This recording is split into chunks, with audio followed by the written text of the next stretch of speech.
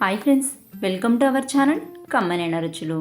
నేను ఇవాళ weight loss అవ్వాలనుకునే వాళ్ళకి, అలాగే షుగర్ పేషెంట్లకి, పర్ఫెక్ట్ డైట్ ఫాలో అయ్యే వాళ్ళకి యూజ్ అయ్యే మంచి జొన్నపిండి రెసిపీని చూపించబోతున్నాను.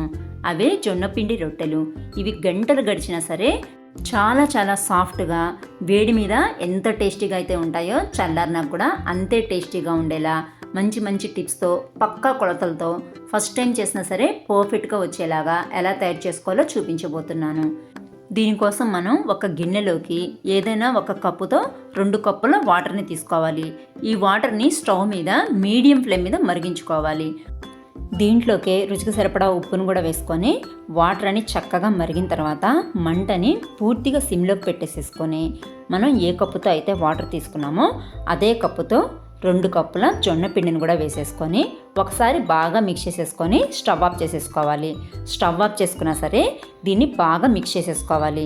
అప్పుడే పిండి బాగా కలుస్తుంది. స్టవ్ ఆన్ చేసుకొని ఉన్నామంటే పిండి వెంటనే అడుగు పట్టేస్తుంది. కాబట్టి ఒకసారి మిక్స్ చేసేసుకోగానే స్టవ్ ఆఫ్ చేసేసి గిన్నెని బన్నర్ పైనే ఉంచి బాగా మిక్స్ చేసేసుకున్నాక వెంటనే దీని మీద మూత పెట్టేసుకోండి. గెరిటేమి తీయాల్సిన అవసరం లేదు. గెరిటని ఇలాగే ఉంచేసేసి మూత పెట్టేసి పిండిని పూర్తిగా చల్లారనివ్వండి. ఈ పిండి మొత్తం పూర్తిగా చల్లారడానికి కనీసం 2-3 గంటలైనా పడుతుంది.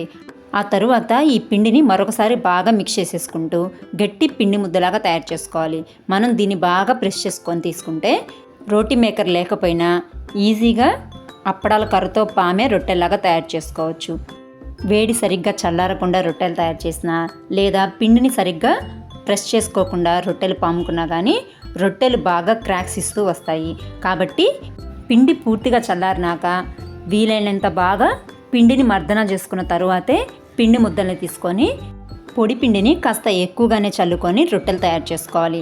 ఈ రొట్టెలు తయారు చేసుకునేటప్పుడు కూడా ఒకేసారి ఎక్కువ ప్రెజర్ ఇస్తూ పామకూడదు. అన్ని వైపులా తిప్పుకుంటూ చిన్న చిన్నగా పాముకున్నాక ఏదైనా ఒక బాక్స్ మూత తీసుకొని కాస్త ప్రెస్ చేసుకున్నామంటే షేప్ నీట్గా రౌండ్గా వస్తుంది.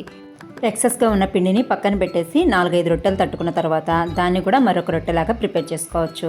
చూసారా, రోటీ మేకర్ లేకపోయినా క్రాక్స్ ఏమీ లేకుండా రౌండ్గా ఎంత నీట్గా ఉందో.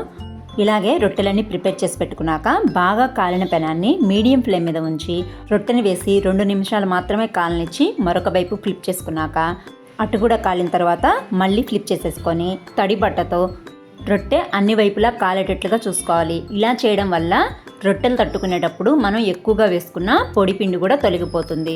రొట్టెలు నీట్గా వస్తాయి. దీన్ని మరోవైపు కూడా తిప్పుకున్నాక ఇందాకట్లాగే తడిగుడ్డ సాయంతో అన్ని వైపులా కాలేలాగా చూసుకోవాలి. చూసారా, రొట్టె ఎంత బాగా పొంగుతుందో.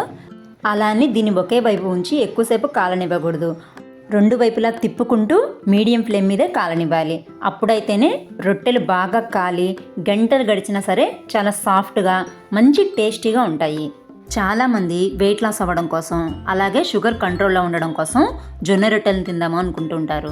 కానీ చేయడానికి కష్టమవుతుంది అనే కారణంగా కొంతమంది గట్టిగా ఉంటాయి అనే కారణంగా అవాయిడ్ చేస్తూ ఉంటారు. కానీ నేను చూపించిన టిప్స్ని, కొలతల్ని ఫాలో అయ్యి ఈ జొన్న రొట్టెలు తయారు చేసుకున్నారంటే గంటలు గడిచినా సరే చాలా సాఫ్ట్గా టేస్టీగా ఉంటాయి.